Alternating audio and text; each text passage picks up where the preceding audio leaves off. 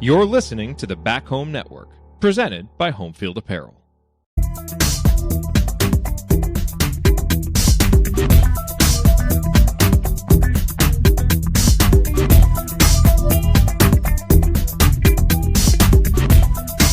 Welcome back to Crimson Cast. Galen Clavio joining you once again. It is Monday, March 31st. March is probably over by the time most of you are seeing or listening to this, which is a shame.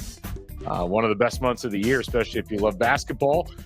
But plenty to talk about on the basketball front with IU in particular. And we are pleased to have a new guest to the podcast. But if you're around the IU media space, not a new name to you, Tom Ackerman, the sports director at KMOX in St. Louis, IU alum, IU sports media alum, and a guy that I talk with about IU basketball in particular on a pretty regular basis here on the show.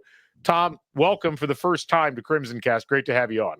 Galen, it is great to be with you. It's great to be on Crimson Cast. It's great to talk IU sports. And yeah, I am a longtime consumer of this podcast, so it is nice to be part of it. How are you? How often in this business do we get to do the longtime listener, first time caller? Absolutely right. Longtime listener, first time caller. You know, it's funny. Recently, I was watching the Ohio State game, the last home game, and when Trey hit the three, I jumped off the couch and pumped my fist, and my wife said, "Boy, you are just obsessed with this team, aren't you?" And I said, "Let me tell you something." I'm like, this team is all I got. Because when you think about it, I'm actually connected as a business partner with the teams that I work with here in St. Louis. I love them. I grew up a St. Louis fan. And yes, I am connected to Indiana University and some business dealings, let's say, as a advisory board member of the media school with the original dean, Jim Shanahan, and, you know, other workings with you and others. But, you know, that truly, this team right here is a passion of mine, and it's so much fun to be asked to talk a little bit more about it because, you know, I do get into work mode too, and I start to study this team as if I'm on the beat. So it's a lot of fun to get into it all. That's great. And I mean, it's one of those things where I don't think people outside the media business really realize the distance you have to keep professionally between the teams that you're covering versus what you would have as a fan. And it is great. And I know just from talking to you how passionate you've been for so long about IU basketball in particular. So it's great to be able to talk with you about it. First, before we get started, just a quick reminder, folks, we're brought to you by Home Field Apparel, your place to go for the finest in college fashions, the softest fabrics, the coolest designs. Use the code HOME23 and get 15% off your first order from Home Field, and they continue to roll out awesome March Madness related items. They'll have a bunch of new products coming out here in April that you'll want to keep an eye on, and always some new innovative things from Home Field that are exciting to check out. So go to their website, homefieldapparel.com. Check them out on social media as well. So, Tom, before we get started, why don't we go through your history with IU? You know, you were a student here. We overlapped by, I think, a single year, although we didn't know each other in that intermediate period. But we had kind of similar starts in terms of how we got going with IU, what brought us to Bloomington in the first place. So talk a little bit about your connection with IU and where that all began. Yeah, absolutely. I'm a kid from St. Louis, Missouri. You know, and I've been a St. Louis kid my whole life, and I've lived here my whole life, except for the 4 years I spent in Bloomington. From 93 to 97. I graduated from high school in 93, started in Bloomington the fall of 93, graduated in 97. Very proud of that run there. And I'm as passionate about IU and as connected to it now as I was then. And it really started, the interesting thing was, my line is that I got recruited by Bob Knight. And it's actually a true story. So when I was in high school, I was 16 years old. My dad and I were in Colorado at a celebrity golf tournament following our friend Larry Ziegler, who played on the PGA Tour. And he was playing in a Pro-Am, the Gerald Ford Invitational. And the former president had his own tournament in Vail. And Bob Knight was playing with Larry. And Larry said, come down and see us. We'd love to say hi. So we went down to the practice green. We're on the other side of the ropes, and I got to meet Bob Knight for the first time as a 16-year-old kid. Well, 5 minutes later, they asked me to go caddy for him. I didn't know that was going to happen. I was a caddy in St. Louis, so I knew what I was doing. So I did. I went underneath the rope, and I ended up caddying for Coach Knight in this tournament. And long story short, he took a liking to me and actually was interested in where I was looking at college, pushed Indiana, asked if I would like to come visit. And I found out later upon that meeting that he showed some interest in me and was encouraging me to try to be a manager, at least try out to be a manager. And, as it turned out, this was my passion. I wanted to be a broadcaster. I wanted to be on this side. But it was that first meeting that I had with Buzz Kurpius that I fell in love with Indiana University. I wanted to be in. She sold me. Coach Knight sold me. I fell in love with the school, got into the school, accepted, and I never looked back. And it's a very special place in my heart. My dad passed away suddenly of a heart attack right after my high school graduation. So Indiana is where I healed. Indiana is where I became a man. Indiana is where I carried on my passion of sports and basketball and broadcasting, and made incredible friends that we are still very close to this day. That is my tie with IU. It goes well beyond sports, which obviously are a big part of my life. Yeah, that's a tremendous story, and one I'd heard before, but I wanted the people to hear that, obviously. So you go to IU, and you kind of did what I did when I was here the 4 years following that. You're working at WIUS at the time, which was, it was a Spartan arrangement, to say the least. A small house on campus. It was very much kind of run by the folks that lived in Collins Living Learning Center, which wasn't the most sports friendly, but there were a lot of opportunities to call games. And you have that experience. You move back to St. Louis after that, and then what happened in that intermediate period between the end of the 90s and now? Yeah, it was, and what a time. I mean, what a time to be able to graduate from Indiana and to have that experience, like you said, calling games, doing basketball and football and baseball for the student radio station. And you know how it is. I mean, as your students do now, a lot of it on your shoulders, producing it, being there on time, preparing, all of those things I learned at Indiana. And I came back to St. Louis that summer and I applied for a job at my dream station. And I went for it at KMOX. I had heard of an opening for a board operator / producer, and it didn't make a lot of money. It was a $7 an hour job. But, my dream was to work in my hometown, and this was an in. I got the interview, at least to that stage. And I told them that my goal in my career is to be a nationally known sports broadcaster. But I wanted to, earn that through many years of work. And I wanted to put in that time here at KMOX. And I think my advantage was that I was a passionate listener of the station, and I knew everything about their lineup. I knew about their personalities, and I had some ideas. And, I got paid very little to do a lot of stuff, get coffee, drive the van, make a phone call, book a guest. But it wasn't very long, days into the job that I was working alongside Jack Buck, my idol, and all the other great people that work at KMOX and have worked at KMOX. And I learned from the best of the best. I learned how to carry myself professionally. I learned how to interact with fans. I learned how to talk about a brand like the Cardinals. And also, I was thrown right into the fire. I mean, they did not waste time. They put me right in there. I was covering the big names, and I sort of learned on the job, on the fly, and I wouldn't ask for anything more. The chaos of covering big league sports like I was able to do. And I'll tell you, covering Coach Knight at Indiana prepared me for that. I mean, I was no stranger to big press conferences, big personalities, big national media coming to town. That didn't bother me at all. And it also helped that Tony La Russa and Bob Knight were great friends. Right. So we found out that I was a Bob Knight guy. My relationship with him was pretty secure, and very, very fortunate to be able to learn from somebody like that about the game of baseball. So it was a very, very special time in my life that doesn't seem like that long ago. Right. Quite honestly, but it's been, over half my life, well over half my life. I've been at KMOX here in St. Louis. That's awesome. Now, one of the things that you do, and it's even outside of what you do at KMOX, is you've done a lot of broadcasting. Of course, St. Louis, home of many things sports related, but one of them is Arch Madness, the Missouri Valley Conference tournament. You're right kind of in the middle there of the conference.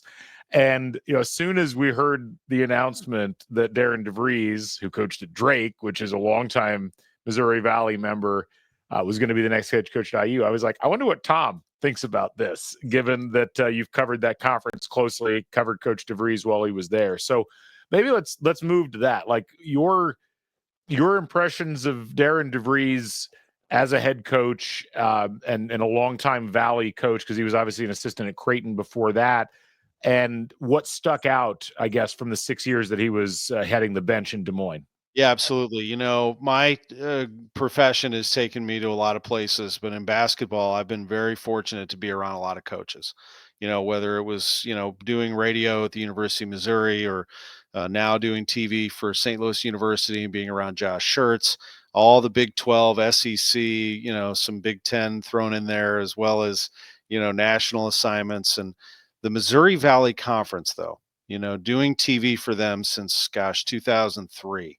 To think of the names that have come through there, the coaches that have come through there, you can just put them out there. Some of the best that I've ever seen, Matt Painter, it comes to mind as somebody that jumped out that it wasn't going to be around the Valley for very long. These are some of the most focused, hard-nosed, tough coaches, humble in a lot of ways, and all of that embodies Darian DeVries. Darian DeVries is a competitor. He struck me right away as an assistant under Greg McDermott at Creighton in the way that they recruited to their system and the way that they coached. He was highly regarded as a player. Darian was in his time in Cedar Falls in Northern Iowa. And, he was the Valley through and through. When he took over as Drake coach, you could see that the team had his personality: tough, hard-nosed, humble, and they never, ever gave an inch. And I was very impressed with how they were unselfish and played together as a group, very competitive. Yeah. And it struck me pretty quickly that Darian DeVries was not going to be around the Valley very long either. As it turned out, he got the job at West Virginia, and I'm convinced that if West Virginia stays healthy, they're in the tournament this year. They weren't able to do that, but they did have some great wins along the way. So proven correct there. And then finally, when I got wind that Indiana was talking to him, and when it became reality that he was the coach at IU, I felt very satisfied. And, as an IU fan, we don't always have that feeling. I mean, we've been trying to replace Bob Knight for decades now, and this is coach number 6 in that attempt. Depends on who you count and who you don't. Yes. Right. Yeah. You could probably add one more in there. Well, it's been a very, very tough ride. Yeah. And here we go, and I feel very confident in saying this, that I think Indiana fans are really going to relate to and appreciate the type of basketball that Darian DeVries puts forward. That is my first impression. Describe what you anticipate he's going to put forward and how, what is it about his style of play, both offensively and defensively, that you think is going to appeal to IU fans? Well, I think that offensively, he is going to try to catch you napping defensively. So as soon as they make a steal in transition, they're going to come get you in the first 10 seconds. That's really always been his philosophy at Creighton under McDermott, and that's what they do. And then offensively, they get you in the half court. They're going to work you. They're going to hit the boards hard. He always had a very experienced, heady, smart point guard. And preferably 2. I think about the Drake teams of the past. There was never one person necessarily that you would lean on, except when he had Tucker playing. Tucker, as a 2-time Valley Player of the Year, was an obvious choice. But if Tucker for some reason his shots weren't falling, other people would pick up the slack. But they didn't make things easy on you. And in the half court, they would absolutely find ways to get a high percentage basket. And if it wasn't there, they had the shooters to burn you on the outside. And then finally, there was one thing you could count on, is that Drake was going to defend. There were no nights off. Drake has always been at West Virginia. I mean, I look at Sincere Harris.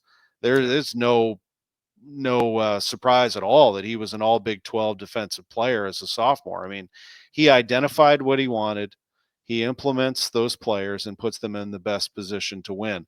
That's what I expect to see out of this team. And I'll share a quick story about his mentality and I think that's a big part of a basketball team, is how does a team respond when things don't go well? And I mentioned the injuries, but all you need to know about, if you look at the West Virginia scores from last year, what's the one that jumps out at you? Probably the win at Allen Fieldhouse.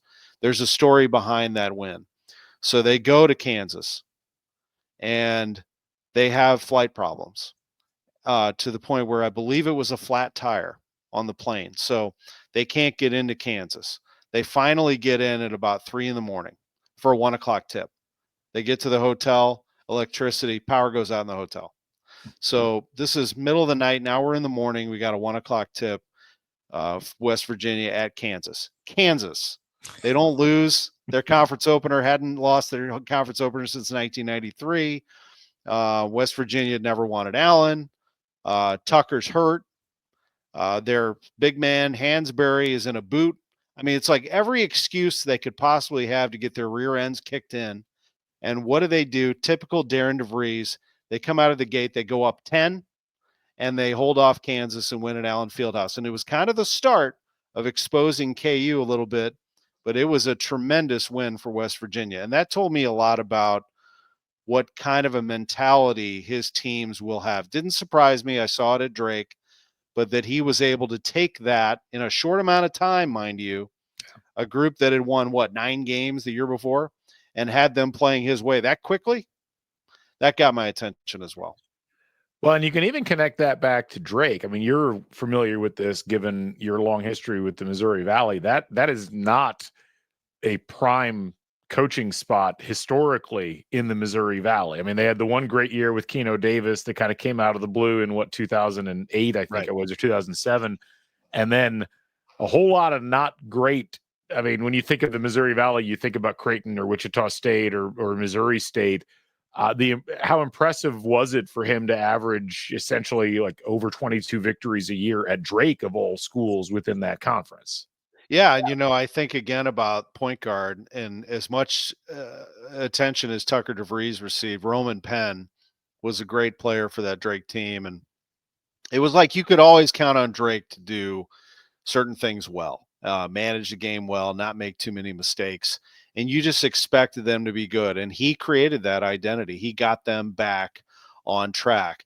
And now Ben McCollum's a heck of a coach, and he took it to another level, and I think is the perfect fit at Iowa and ends up winning, 31 games for a reason. Yeah. That machine was rolling also, and Drake's expectations were high, and Ben was able to get it to that level even after Darren left, which is very impressive also. But yeah, there's even some buzz now. I heard the other day, out to dinner with some Valley people, like, at what point does Drake move up to another conference? I'm like, wait a minute. Drake was just 6 or 7 years ago was sort of back in the middle of the road, but here they are as a premier team in the Missouri Valley Conference. It's Des Moines, Iowa, as you mentioned, it's not the most desirable place for people to go, but they have a great school. They play in the Knapp Center, which is a cool little arena. Yeah. They have, some good resources up there, very highly regarded academic institution. And Drake University is a basketball destination. And Darian DeVries got them back moving again. Now, I know, having worked in Iowa in radio and having had the Des Moines schools in the same conference as the school that I broadcasted for, it was a not tidy 90 minutes each direction to get up to those games. But I was always struck by, Northern Iowa in the Missouri Valley has always been a player, and they've been a part of a lot of NCAA upsets. And Like, there's no reason why it can't work at Drake, but they need the right people to get things moving. And clearly with DeVries and now with McCollum, they've been able to do that. It does kind of bring the circle back to IU. And I'm curious to get your take on this. You see a ton of basketball. You've called a ton of basketball. You've obviously had this affinity for IU, and you covered it at a time when it was not at its apex, certainly, but there was a much different atmosphere, a much more celebrated atmosphere around IU basketball in the mid-90s, because you're still basking in the afterglow of having won 3 national titles in the previous 20 years. What do you see as the main changes that have to happen with IU basketball to get it back to the level that it professes that it wants to be at? Yeah, I mean, I think one is you have to have an identity as a program so that players will be attracted to it. And I know that Indiana has NIL money. We know that. They're up there in terms of resources, and they're going to be able to get certain players. But you have to be able to attract players to Indiana. We've said this kind of, over and over again. High school kids don't know Indiana like we know it. They don't know about the history. They don't know about Bob Knight. They're told it, but they didn't feel it. That this is, those years are long gone. So you have to create something that is attractive to the basketball player to come to Indiana, whether that is, of course, NIL funds. We all know that's part of it, and the coaching staff is part of it, but somewhere where it's fun for them to play. And I think that Darian DeVries is an offensive coach. I mean, I really do. I think that he's going to create something that is going to be attractive to players to want to play in. And that's really important. I think that the other thing you need to do as Indiana University is have consistency in your program as well. And I think that they have attempted that in the past. I mean, they're going to really give Darian DeVries that opportunity to have his system in place and try to carry players over from year to year. It's hard to just shuffle the deck every year, and that's easier said than done, but that you have to be able to retain and continue on some sort of group so that you can carry those forward each year. It's hard to just change over every year with a different group. So I do think they need that as well.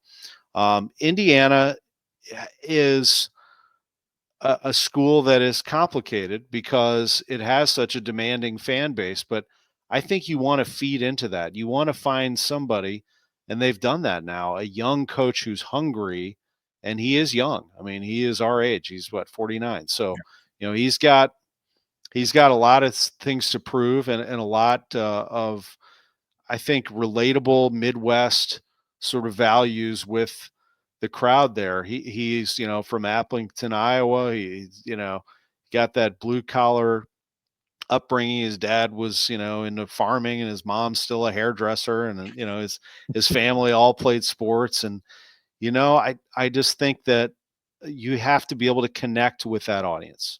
So I think what I'm saying is I do think it's important that the coach, the figurehead, has some ability to connect with the fan base. I think it's important.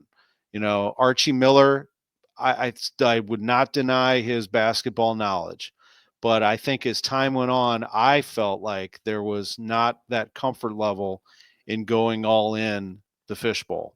Right. I think that Mike Woodson was prepared to go in on the fishbowl, and I think that over time that one got to be too much as well. It's not a lot of fun sometimes.